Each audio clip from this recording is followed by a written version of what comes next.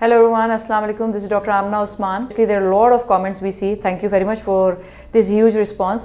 तो हमने सोचा कि हम एक वीडियो बना दिया करेंगे जिसके अंदर हम सारे आपके जो सवालात होंगे, जो कमेंट्स में आपने लिखे होंगे, उन सब सवालात के जवाब दे दिया करेंगे। सवाल फिर हमें मौसूल हुआ फिल्मी जोन से, मैडम मुझे कोई क्रीम और लोशन सेट नहीं बैठता तो मैं क्या करूं? ओके, एक्चुअली क्या है कि ये जो कमेंट है ये बहुत ओपन एंडेड कमेंट है। इसमें हमें नहीं पता कि आपका क्या क्रीम्स आप लगा रहे हैं, क्या आपकी स्किन टाइप है और क्या वजूहात हैं और क्या आप फील कर रहे हैं जो आप कह रहे हैं कि सेट नहीं बैठ रहा। तो अगर आप इसको थोड़ा सा और एक्सप्लेन कर दें। जनरली यही होता है कि अगर आप रॉन्ग स्किन टाइप के लिए रॉन्ग प्रोडक्ट्स यूज कर रहे हो तो ये आप महसूस करते हैं।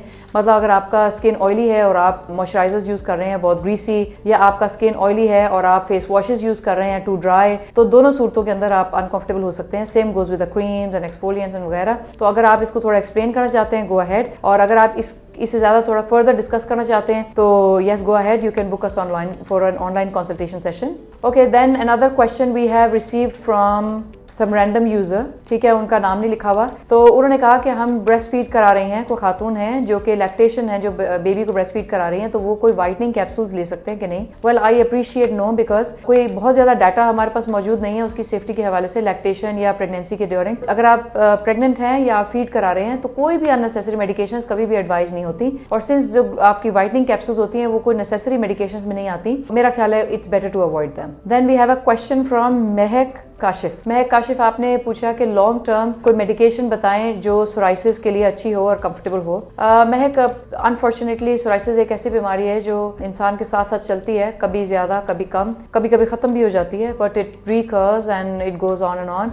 लेकिन इसमें बहुत सारे मैनेजमेंट ऑप्शंस हैं जिसमें आप डिजीज फ्री पीरियड गुजार सकते हैं बड़े कंफर्टेबली। उसमें कुछ ओरल मेडिकेशंस हैं, लेकिन ऑब्वियसली वो यूट्यूब के ऊपर आपको हम रेकमेंड नहीं कर सकते। उसके लिए प्रॉपर कंसल्टेशन और प्रॉपर फॉलोअप लैब्स चाहिए होती हैं जो हमने फॉलो करना होता है। तो अगर आप कोई प्रॉपर लॉन्ग टर्म सोल्यूशन चाह रहे हैं तो probably you'll have to visit us at any of our center or you can book us online consultation। और बाकी ये है कि कोई लॉन्ग टर्म सोराइसिस की जो मैनेजमेंट है वो यूट्यूब के ऊपर, क्योंकि अनमॉनिटर्ड मेडिकेशंस आपको प्रिस्क्राइब नहीं की जा सकती। ओके, देन क्वीन भाई, आपने क्वेश्चन किया है कि एलोवेरा जेल यूज हो सकता है और हो सकता है तो कौन सा करना है। और फिर आपने सवाल किया है कि आप होम यूज हैंडी लेजर्स आप परचेज करें तो वर्थ द मनी होता है कि नहीं। ओके, एक इसमें बात यह कि aloe vera is not doesn't cause you any problem, कोई हार्म नहीं करता आपको, कोई नुकसान नहीं देता, तो आप यूज कर सकते हैं। और डायरेक्टली फ्रॉम द प्लांट अगर आप करते हैं तो उसमें कभी कभी कुछ इरिटेशन सी होती है स्किन पे, और अगर कोई प्रायर एग्जिस्टिंग एक्जेमास हो तो इरिटेट हो सकती है स्किन। तो अगर आपकी स्किन बिल्कुल कंफर्टेबल है, बैरियर लॉस नहीं है और ऑल गुड और आपको सूट भी कर रहा है, आपको एलोवेरा जेल कंटिन्यू, कोई इसमें नुकसान नहीं होगा। और हैंडी लेजर्स को लेके,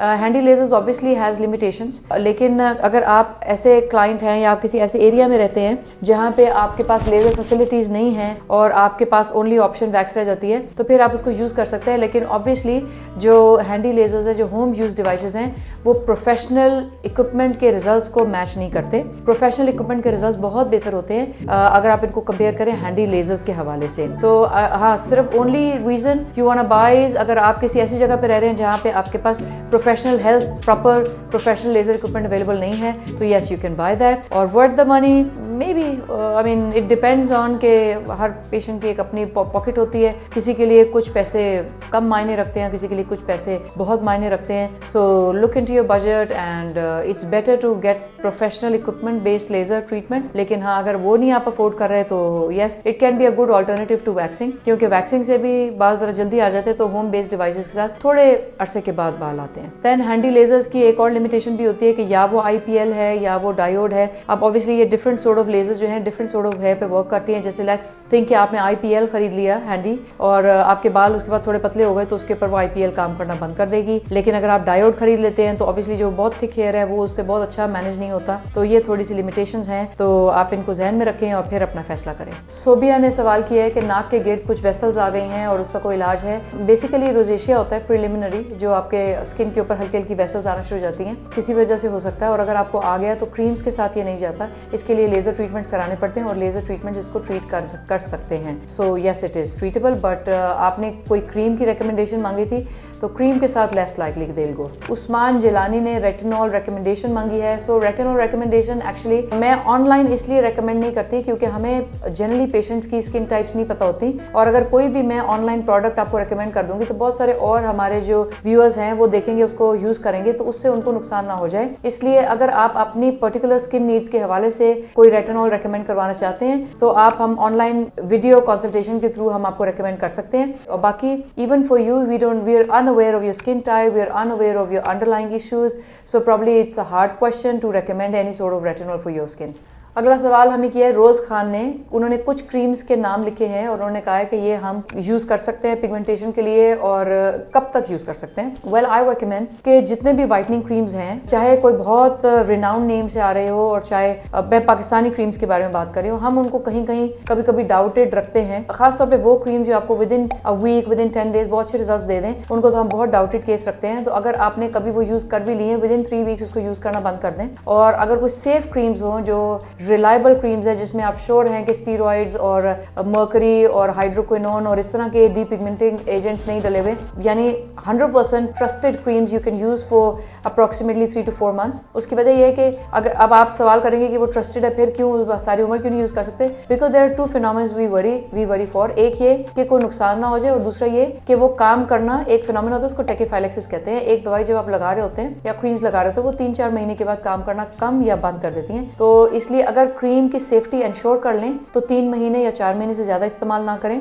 और अगर डाउटेड क्रीम है तो उसको इस्तेमाल ही ना करें, और अगर आप इस्तेमाल कर चुके हैं तो फौरन बंद कर दें। Umme Hani, thank you for your question. आपने ये सवाल अगला किया है कि आपने अपनी एज बताई है और लिखा है कि मैं रेटिनॉल यूज कर रही हूँ और उसके इस्तेमाल करने से मेरे फेशियल हेयर बढ़ना शुरू हो गए हैं, which is very very less likely. Using retinol and increasing facial hair has no connection. लेकिन ये है कि हाँ, ये हो सकता है कि जो रेटिनॉल आप यूज कर रहे हो अगर वो किसी मिक्स फॉर्मुलेशन में है, मिक्स क्रीम्स के अंदर आप यूज कर रहे हैं, तो उसके अंदर हो सकता है कोई इंसिडेंस हो कोई हिडन स्टीरॉइड क्रीम का, लेकिन pure retinol serums wouldn't cause any facial hair. हाँ, ये भी हो सकता है कि आपको जनरली एक थॉट आ रहा हो कि शायद ये इससे बढ़े हैं, उससे नहीं बढ़े होंगे, हो सकता है कोई अंडरलाइंग इश्यूज चल रहे हो जिसकी वजह से फेशियल हेयर आ रहे हो। फेशियल हेयर का क्रीम्स के साथ ट्रीटमेंट मुमकिन नहीं है। Threading, waxing and bleach I never recommend. और अगर आपको फेशियल हेयर आ रहे हैं, visit well reputed laser hair removal centre, क्योंकि for thick, thin, grey, brown hair सबके लिए अपने अपने लेजर्स आते हैं। तो आपने किसी ऐसे सेंटर पे विजिट करना है जिनके पास ये सारे लेजर्स अवेलेबल हों। Let me name them IPL, Nd:YAG, Alexandrite, Diode, Q-Switch, that too from a renowned laser makers। तो अगर आप अच्छे लेजर हेयर रिमूवल के रिजल्ट्स चाहते हैं तो आपने कोई ऐसे क्लिनिक को चूज करना है जिनके पास सारे लेजर टेक्नोलॉजीज हों, ताकि वो आपके हिसाब से आपका लेजर कंडक्ट करें, और जो लेजर टेक्नोलॉजीज के मैन्युफैक्चरर्स हों वो भी वर्ल्ड रिनाउंड हों। मैं कुछ नाम बता देती हूँ, जैसे कैंडेला, जैसे डेका, एल्मा, जैसे ल्यूमिनस, जैसे Cynosure, they are world leading makers of lasers. तो अगर आप अच्छे रिजल्ट्स तवक्को करते हैं और अच्छे रिजल्ट्स चाहते हैं तो विजिट अ सेंटर जिनके पास लेजर्स अच्छे कंपनीज के हों। वरना क्या होता है कि जब जनरली आप किसी भी सेंटर पे जाते हैं उनके पास कोई एक फैसिलिटी अवेलेबल होती है या 2 होती हैं, तो वो सारे पेशेंट्स को उसी फैसिलिटी में अकोमोडेट करने की कोशिश करते हैं। उससे कुछ नुकसान हो जाते हैं, कभी कभी प्रॉपर रिजल्ट्स नहीं आते और कभी कभी उसकी वजह से by using improper wavelengths for the hair वो आपके बाल बढ़ना शुरू हो जाते हैं। तो इसलिए मैं रेकमेंड करती हूँ कि आपने वो सेंटर चूज करना है लेजर हेयर रिमूवल के लिए जिनके पास सारे लेजर टेक्नोलॉजीज हों। होराइजन स्काई ने मैसेज किया है कि पेप्टाइड्स और अमाइनो एसिड्स के यूज के ऊपर कोई वीडियो रिकॉर्ड कर दें। यस, दे आर बेनिफिशियल, और जिस भी एंटी एजिंग क्रीम्स के अंदर हों पेप्टाइड्स और अमाइनो एसिड्स आप सेफली यूज कर सकते हैं, उनका कोई नुकसान आपको नहीं होगा, और आप दिन में भी यूज कर सकते हैं और रात में भी यूज कर सकते हैं। There are products in the market, those have these ingredients in them. Okay, then Mahvish Khan ने मैसेज किया है कि हम ऑनलाइन कंसल्टेशन कैसे बुक कर सकते हैं। एक नंबर शेयर कर देते हैं, आप उसके ऊपर भी हमें ऑनलाइन बुक कर सकते हैं, और लिंक शेयर कर दें, उसके ऊपर भी आप हमें ऑनलाइन कंसल्टेशन बुक कर सकते हैं। अगला सवाल हमें किया है सुमेरा अशरफ ने। थैंक यू सुमेरा आपका सवाल का। आपने लिखा है कि मैं पहले ट्रीटमेंट हमसे ही कराते रही हैं और 4 साल हो गए और आपको बड़े अच्छे रिजल्ट्स मिले। Thank you very much for appreciating the results. और अब आपने लिखा है कि 4 साल के बाद अब मुझे लग रहा है कि मेरी स्किन बहुत ड्राई हो रही है और डल हो रही है। Well, actually skin is like anything living in the world, उसको तवज्जो की जरूरत होती है, और ऐसा नहीं हो सकता कि आप एक दफा तवज्जो देके उसके बाद छोड़ दें। आपने को मॉइस्चराइजर पूछा, तो you can start with some good moisturisers which हम आपको इनबॉक्स कर सकते हैं, और else wise you can, because you are a prior patient of ours, I appreciate आप हमें कभी दोबारा दोबारा विजिट कर लें ताकि हम आपकी स्किन को दोबारा एग्जामिन करके और जो उसके रिक्वायर्ड नीड्स हैं उसको हम फॉलो अप कर लें। Okay, thank you very much. Abdullah Arshad, आपका सवाल है अगला कि आपको कभी डॉक्टर ने ट्रेटिनोइन क्रीम का मशवरा दिया लगाने का और उसके बाद आपने कुछ और क्रीम्स के नाम लिए जो आपने लगाए और उसके बाद आपको पिगमेंटेशन बनना शुरू हो गई। Actually that is a very very genuine concern. बहुत सारे डॉक्टर्स भी और बहुत सारे कंसल्टेंट भी और आई मीन जनरली भी लोग भी खुद भी बगैर कुछ सोचे समझे खुद को और मरीजों को ट्रेटिनोइन पे डाल देते हैं। और हमारी स्किन टाइप है एशियन स्किन 4, 5, 6 समटाइम 3 और ट्रेटिनोइन के गलत यूज से, गलत परसेंटेज के यूज से, रॉन्ग फ्रीक्वेंसी ऑफ यूज से, रॉन्ग प्रोडक्ट चॉइस से पिगमेंटेशन आने का और पिगमेंटेशन बढ़ने का इम्कान होता है। तो कोई भी over the counter tretinoin use ना किया करें। डॉक्टर्स के लिए भी अगर आप रेटिनॉल लिख रहे हैं तो please have a proper follow up with the patient because वो उनको मलाजमा बना भी सकता है और बढ़ा भी सकता है। और जनरली जो ट्रेटिनोइन यूज करके मलाजमा आता है वो बड़ा मुश्किल मलाजमा का मतलब छाइयां होती हैं। जो ट्रेटिनोइन यूज करके जो छाइयां आती है बहुत मुश्किल होती है ट्रीट करना, लेकिन हमारे पास उसका ट्रीटमेंट अवेलेबल है। अगर आपको कुछ भी प्रोडक्ट्स यूज करके आपकी छाइयां बढ़ गई हैं या वर्स हो गई हैं, so we have a solution for you. Obviously वो लेजर बेस्ड ट्रीटमेंट्स होते हैं तो उसके लिए ऑनलाइन तो नहीं, आपको क्लिनिक विजिट करना पड़ेगा and then we can offer you all those treatment. मैं उनका नाम ले देती हूँ। उसमें कुछ मीजोथेरेपीज हैं, कुछ लेजर्स हैं, कुछ माइक्रोनीडलिंग्स हैं। सो वो जब फिर आप कभी हमें कंसल्ट करेंगे हम आपको आपके स्किन देख के उसके हिसाब से गाइड कर देंगे what is and what should be best for you. और ये भी है कि ऑब्वियसली जब आप रेटिनॉल्स यूज कर रहे हैं उसकी फ्रीक्वेंसी ठीक होनी चाहिए, उसकी परसेंटेज ठीक होनी चाहिए और उसके बाद सन प्रोटेक्शन लाजमी करनी है ताकि आपको उसके नुकसान ना हो। देन हिबा इकबाल ने मैसेज किया है कि मुझे एक्ने है और मैं बहुत सारे डॉक्टर्स के पास जा चुकी हूँ और नहीं ठीक हुई। तो हिबा ऑब्वियसली एक्ने को एक प्रॉपर ट्रीटमेंट की ही जरूरत होती है और आपने लिखा कि मुझे कुछ मेडिसिन से एलर्जी भी है तो ऑब्वियसली वो फिर हम आपको देख के फर्दर गाइड कर सकते हैं कि what can be the solution. अगर आप कहीं ट्विन सिटीज के आसपास रहते हैं, पेरिफेरी में रहते हैं, you can visit us in person at any of our clinic for the consultation. और अगर आप दूर रहते हैं तो आप हमें ऑनलाइन कंसल्टेशन के लिए कॉन्टैक्ट कर लीजिएगा। ओके, देन अगला सवाल हमें AK शता गौरज ने किया है कि हम इचिंग के लिए कौन सी क्रीम लगा सकते हैं। एक्चुअली शता इचिंग खारिश यानी किसी भी वजह से हो सकती है। सो जब तक हमें वजह मालूम ना हो और हम किसी डायग्नोसिस तशखीस पे ना पहुंचे तो हम आपको कोई क्रीम रेकमेंड नहीं कर सकते क्योंकि जो वजह है उस पर वर्क करना पड़ेगा। इचिंग के लिए कोई रैंडम ट्यूब नहीं आती जो आप जिसको कहें एंटी इचिंग ट्यूब, यानी खारिश के लिए कोई ऐसी ट्यूब नहीं आती जो सिर्फ खारिश कम करने के लिए हो। उसकी कोई वजूहात होती है खारिश की, उनको डील करना पड़ता है और फिर खारिश ठीक होती है। फरा दानिश ने सवाल किया है वो ये कि मेरे स्किन के ऊपर मोल्स आ रहे हैं तो उसके लिए कोई क्रीम बता दें या उसका कोई ट्रीटमेंट बता दें। फरा दानिश, मोल्स दो वजह से आते हैं, या तो जेनेटिक हो या सन डैमेज। और जेनेटिक हो तो उसको भी और सन डैमेज हो उसको भी लेजर करके खत्म करना पड़ता है। मोल्स के लिए कोई क्रीम्स नहीं है जो मोल्स हटाती हैं और कुछ ऐसे होम्योपैथिक में कुछ सोडास वगैरह कुछ मरीज मेरे पास आते हुए यूज करके आए तो उससे हमने देखा कि बहुत स्कारिंग हो जाती है। So laser is the most recommended way of doing it and is the cleanest way of doing it. तो लेजर उसके लिए रिकमेंडेड है। एक दफा आप लेजर करा ले, मोल खत्म हो जाता है, उसके बाद सन प्रोटेक्शन करें ताकि उनके वापस आने की प्रोबेबिलिटी कम हो। ओके, रुबीना ने मुझे मैसेज किया है कि मैं आपकी पेशेंट भी हूँ और मैंने कोई क्रीम आपके दी हुई यूज की है, मुझे कोई प्रॉब्लम आ रहा है। मैं आपको एक नंबर शेयर कर दूंगी, उसके ऊपर आप डायरेक्ट रब्ता करें ताकि हम देख सकें और अगर प्रॉब्लम आ रहा है तो इन पर्सन आके दिखा जाए ताकि हम देख सकें कि क्या प्रॉब्लम आ रहा है। बिकॉज ये मैंने इसलिए भी ऑन एयर किया है क्योंकि बहुत सारे प्रोडक्ट्स होते हैं और उसमें कुछ कभी प्रोडक्ट्स यूज करने में मरीज कुछ गलती कर रहा होता है जिससे कोई प्रॉब्लम आ रहा होता है और कभी कभी कुछ प्रोडक्ट के साथ पेशेंट को कोई इरिटेशन आ रही होती है या एलर्जिक रिएक्शन आ रहा होता है। तो अगर ऐसा कुछ हो जाए कोई परेशानी की बात नहीं होती, आप फौरन डॉक्टर के साथ रब्ता करें ताकि वो आपको फर्दर गाइडलाइन कर सके कि उसको कैसे आगे डील करना है। हमजा ने सवाल किया, हमजा वेन, कि मेरे एक्नी है और मैं एक्नी फेस वॉश यूज करता हूँ जो कि सैलिसिलिक एसिड बेस्ड है, तो मुझे करना चाहिए कि नहीं और हफ्ते में कितनी दफा करना चाहिए। Actually salicylic acid based face washes are excellent to use, लेकिन उनका प्रॉब्लम आता है ड्राइनेस का। और अगर आप बहुत ज्यादा परसेंटेज हो उसके अंदर सैलिसिलिक एसिड की, आई थिंक जो फेस वॉशेस में परसेंटेज होनी चाहिए सैलिसिलिक एसिड की, that must not exceed 1%, because इसके बाद वो ड्राइनेस करना शुरू हो जाते हैं और वो टर्नओवर इतना ज्यादा बढ़ाते हैं और हमारे क्योंकि एशियन स्किन एंड धूप बहुत ज्यादा होती है तो पिगमेंटेशन आने का इम्कान होता है। तो अगर आप salicylic acid face wash use कर रहे हैं, देखें कि सैलिसिलिक एसिड की परसेंटेज 1% से ज्यादा ना हो। एक क्वांटिटी को बहुत कम यूज करें, जो आप रबिंग टाइम है उसको मिनिमम रखें और आप उसको ओनली एट नाइट यूज करें, डे में ना यूज करें। ऑल्टरनेट नाइट या ट्वाइस वीकली भी यूज कर सकते हैं अगर आपकी स्किन उससे ओवर ड्राई हो रही है तो आई होप कि आपका सवाल का डिटेल जवाब मैंने दे दिया है। फिर एक रैंडम यूजर ने कहा है कि मेलास्मा और रिंकल्स का ट्रीटमेंट, तो ऑब्वियसली वो आपको फिर आके दिखाना पड़ेगा ताकि हम आपकी स्किन को एनालाइज करें, एग्जामिन करें और फिर उसको अकॉर्डिंगली ट्रीट करें। लिटिल डोर ने मुझे मैसेज किया है कमेंट्स में, मैं फोर्सेस की ट्रेनिंग्स कर रहा हूँ और मैं चूंकि बहुत धूप में रहता हूँ तो मेरा स्किन बड़ा खराब हो गया और डार्क हो गया वगैरह। एक्चुअली इट हैपेंस, जो हमारे फोर्सेस वाले बच्चे हैं जब वो ट्रेनिंग्स में जाते हैं 2 साल या 6 मंथ या जितने भी, तो उसके अंदर उनको टैनिंग बहुत ज्यादा हो जाती है। For you basically I am unaware of your skin type, लेकिन एक जेंटल अच्छा एक्सफोलिएंट, एक अच्छा क्लेंजर और strict sun protection is advised. Caps वगैरह पहना करें ट्रेनिंग्स के ड्यूरिंग। सन प्रोटेक्शन का मायने ये होता है कि sun block that suits your skin, that is appropriate for your skin type, that is appropriate according to your age, आपने यूज करना है और उसको रीअप्लाई करना है after every 4 hours. Sun block के ऊपर हमने एक डिटेल वीडियो शूट की हुई है, उसका लिंक हम अभी दे देंगे, उसको आप री गो थ्रू करिएगा ताकि आपको सन ब्लॉक का प्रॉपर यूजेज समझ आ जाए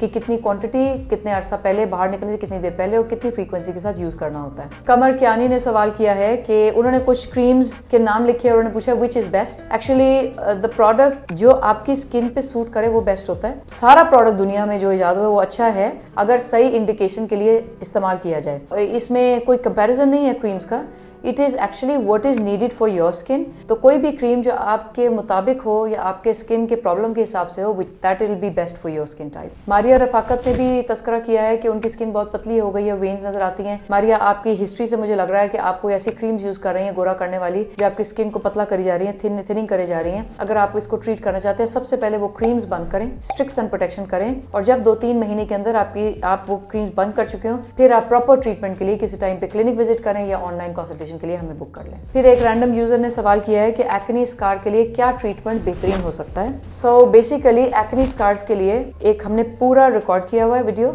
हम लिंक शेयर कर देते हैं, उसको आप गो थ्रू कर लीजिएगा। उसके अंदर स्कार्स की टाइप के हवाले के हिसाब से ट्रीटमेंट्स होते हैं, starting from PIH, acne pit scars, box scars, ice pick scars वगैरह। तो वो depends on the scar type पे क्या करना चाहिए। आपने लिखा हुआ है कि PRP इज बेटर या microneedling RF, that exactly now depends what type of scars you have. तो फॉलो द लिंक और उसको खोल के एक दफा सुनिएगा, हो सकता है आपके सवाल का जवाब उस लिंक में हो। इर्तजा ऐसे ने कमेंट किया, उन्होंने कहा स्टीरॉयड क्रीम्स यूज करके मेरी स्किन बहुत खराब हो गई है, आप माइल्ड एक्सफोलिएंट्स पे आएं, सीका रिपेयर क्रीम्स यूज करें, सन प्रोटेक्शन करें और उसके अलावा आप एक प्रॉपर कंसल्टेशन कंडक्ट करें ताकि हम आपकी स्किन पे इश्यूज देखें कि स्टीरॉयड क्रीम्स की वजह से क्या क्या हो गए हैं। आपने लिखा है ड्राइनेस हो गई है, बाय स्टॉपिंग, जाहिर बात है जिससे प्रॉब्लम पहले उसको स्टॉप करें, फिर उसको हीलिंग टाइम दें। इसको कहते हैं स्किन डाइट। अपनी स्किन को हर प्रोडक्ट से हटा लें, सिर्फ माइल्ड क्लेंजर यूज करें, अच्छा हाइड्रेटिंग मॉइस्चराइजर यूज करें, स्ट्रिक्ट सन प्रोटेक्शन दें, इसको स्किन को रेस्ट करने दें, हील करने दें। 6 to 8 वीक्स के अंदर ठीक हो गया ठीक है, वरना फिर इसको प्रॉपर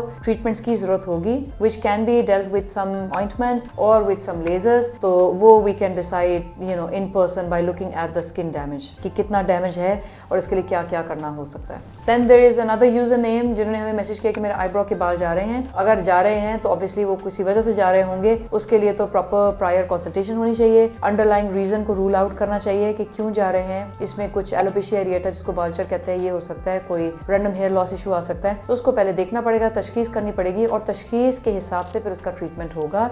हेलो मॉरीन पॉलक, आपने हमें श्रीलंका से आप हमें देख रहे हैं, बहुत शुक्रिया आपका इतनी दूर से हमें सब्सक्राइब करने का और कमेंट करने का। आपने लिखा कि यू 50+ और आपके स्किन पे पिगमेंटेशन आ गई है और आप कोई प्रोडक्ट्स यूज करना चाह रहे हैं जिसमें आपने 2 प्रोडक्ट्स के नाम लिखे, retinol and salicylic acid. Well to be honest at this age with this skin type I will not recommend you कि आप रेटिनॉल और सैलिसिलिक एसिड को राइट अवे यूज करें, बिकॉज अगर आप रॉन्ग यूज कर लेंगे, रॉन्ग परसेंटेज यूज कर लेंगे और वो आपकी स्किन की रिक्वायरमेंट अभी नहीं होगी तो हो सकता है उससे आपका पिगमेंटेशन बढ़ जाए। हम ग्लोबल ऑनलाइन कंसल्टेशंस करते हैं, आप हमें USA से देख रहे हैं, आप हमें इंडिया से देख रहे हैं, आप हमें बांग्लादेश से देख रहे हैं, आप हमें श्रीलंका से देख रहे हैं, आप हमें रीच कर सकते हैं, ऑनलाइन कंसल्टेशन कर सकते हैं। हम आपको आपके जोन के हवाले से जो प्रोडक्ट्स आपके पास अवेलेबल होंगे जेनेरिक रेंज के साथ मेडिसिन प्रेस्क्राइब कर देंगे और आप वहां से अपना प्रोडक्ट खरीद के यूज कर सकते हैं और हम आपके साथ इस तरह कनेक्टेड रह सकते हैं। हुमैरा इमरान ने मैसेज किया है कि अगर हम धूप में नहीं जा रहे और हमें फिर भी छाइयां बन रही हैं तो क्या होना चाहिए। एक्चुअली हुमैरा, जो धूप की शुआएं हैं वो तो एक वजह होती है छाइयां डालने की, इसकी बहुत सारी और वजूहात होती है। हम मलेज़मा के ऊपर एक पूरी एपिसोड रिकॉर्ड कर चुके हैं कवरिंग ऑल द पॉसिबल